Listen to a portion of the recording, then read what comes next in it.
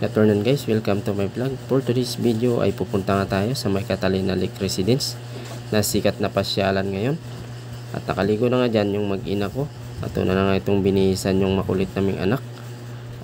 At natalian na nga yung buhok. Pagkatapos nga yan, at magbibihis na rin nga ako dyan habang binibisan itong makulit. Ayan, at pagkatapos nga mabihisan ay nagprepare na rin itong misis ko. Nang sa ganun ay makaalis na rin nga kami.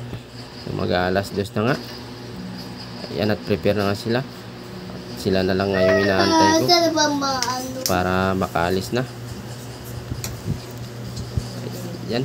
So, bis na nga ako dyan. Talagang naka-prepare na.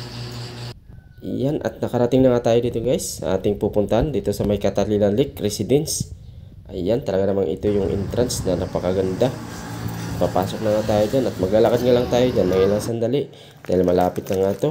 Ayan, wala pang 5 minuto ay nakarating nga kami dyan sa looban at talaga namang napakaganda at napakalawak nito at tuwang-tuwang nga itong mag-ina ko dahil nga resdi ko kaya pumunta kami dito at napakarami nga pumapasyal dito. Bukod na sa malawak at malinis ay napakaganda pa ng lawa nito sa gitna na maraming isda tulad ng tilapia at bangus.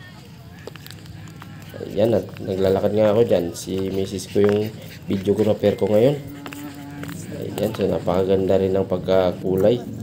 Ayan, at nagpahinga kami dyan ng ilang sandali para mag-snack. Ayan, dahil nga nagutom itong mag-ina ko. Ayan, pakaway-kaway pa dyan si misis. At talaga namang nakapakaganda dito. Talagang swak na swak. Kung gusto mong mag-relax, punta ka na lang dito sa may Catalina Lake Residence. Ayan, at nag-picture taking na kami dyan para sulit yung punta namin. Ayan, at talagang hindi talo yan pagdating sa picture taking. At makalipas nga ilang sandali guys ay bumiyahe na rin nga kami pa uwi. Dahil